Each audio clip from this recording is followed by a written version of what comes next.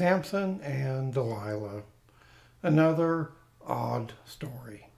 Some people call it a love story gone wrong.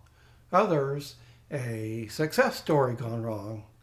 But the truth is, they're all wrong.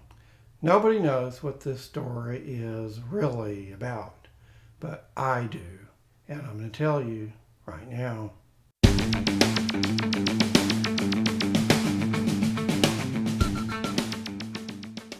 Hey, I'm author Michael Ramsey, and this is Michael Ramsey Books, where I show people how to transform their ordinary relationship with God into a spiritual one. If you haven't already subscribed, be sure to hit the red subscribe button and ring the notification bell now. It's around this time on our spiritual journey, the Lord may bestow a gift upon you, a supernatural gift. As I told you a few videos ago, Solomon was given the spiritual gift of wisdom. Like my mentor, Watchman Nee, I am a seer. Job was given the gift of prosperity. He knew how to make money and he became very prosperous. And then there's Elijah, who was basically given his father's credit card. But that's another video, one you don't want to miss. You see, and I hope you're starting to see by this point in our journey, there are numerous and various kinds of spiritual gifts the Lord bestows upon His beloved, the overcomers, but only the overcomers. Samson was, of course, given a spiritual gift, the gift of strength, supernatural strength. He was a man of God whom no one, including his parents, understood. And by the way, the reason no one understood him is because he was led by the Spirit. Judges 14. Samson saw a young Philistine woman and told his mother and father to go and get her for him to be his wife. But his mother and father replied, "Is there no woman among our own people whom you can take for your wife? Does she have to be a Philistine?" Now to me, this sounds like a reasonable question most godly parents would ask. Samson replied, "Get her for me. She's good looking."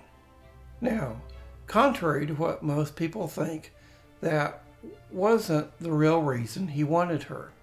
Even though I'm sure she was very attractive, Samson didn't want his parents to know the real reason. I know why he didn't want them to know, but that's yet another video. Verse 4, the key verse in this story.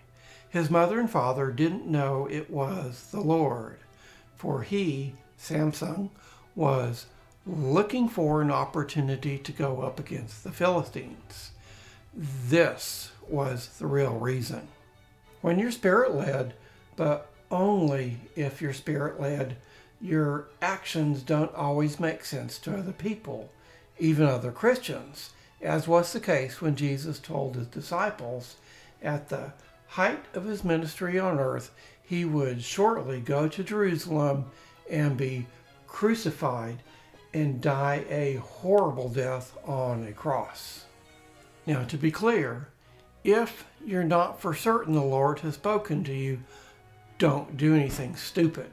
It may be an opportunity for the evil one. And truly, around this time in your spiritual journey, the evil one is on the prowl like a lion. He's looking for an opportunity to devour, disarm, and dismantle your bid to become a spiritual Christian, an overcomer. Because once you do, you become strong, very strong like Samson. Even if you're not given the gift of supernatural strength, you may be given another very powerful spiritual gift. But as you know, there was a condition on Samson's strength. Judges 13:5. His parents were told a razor must never touch the head of their son. That's what the story is about. It's not a love story gone wrong. In writing terms, that would be the subplot, not the main plot. The real story is the spiritual gift. Did you know Solomon was also given a condition along with his spiritual gift? 1 Kings 3, Solomon asked the Lord for a discerning heart to govern the people and to distinguish right and wrong. In return, the Lord makes him the wisest man who ever lived, and he blesses him with wealth and honor.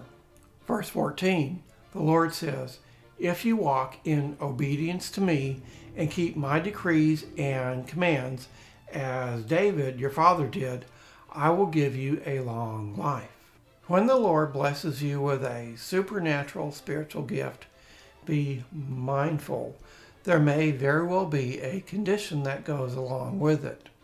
It may be something as general as keeping his decrees and commands, but it may be something very specific, like not allowing a razor to touch your head. Judges 14:6. Samson kills a lion with his bare hands. 1 Samuel 17:36. David tells King Saul he killed both lion and bear. 1 Kings 13. A man of God was told to cry out against King Jeroboam. When he did, King Jeroboam reached out his hand to seize him. And when he did, when he touched the man of God, his hand withered.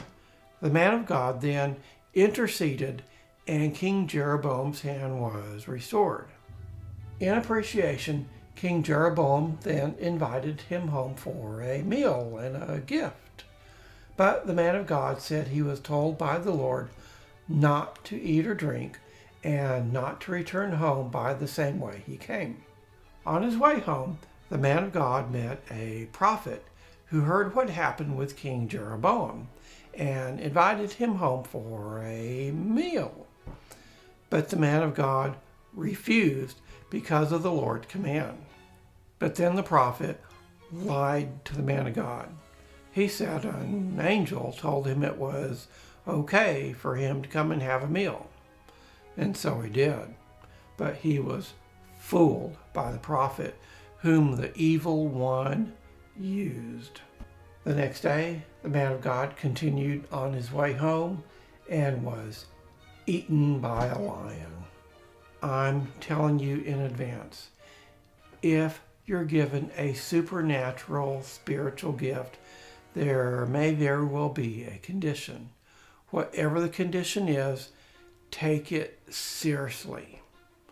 As was the case with the man of God, as was the case with Samson, the evil one will try hard. He'll use other people, and he'll exploit your greatest weakness. But if you keep the Lord's command, you'll be great in the kingdom of heaven. You'll be the one who kills the lion. Otherwise, Samson, the Philistines are upon you. Otherwise, man of God, the lion's going to eat you.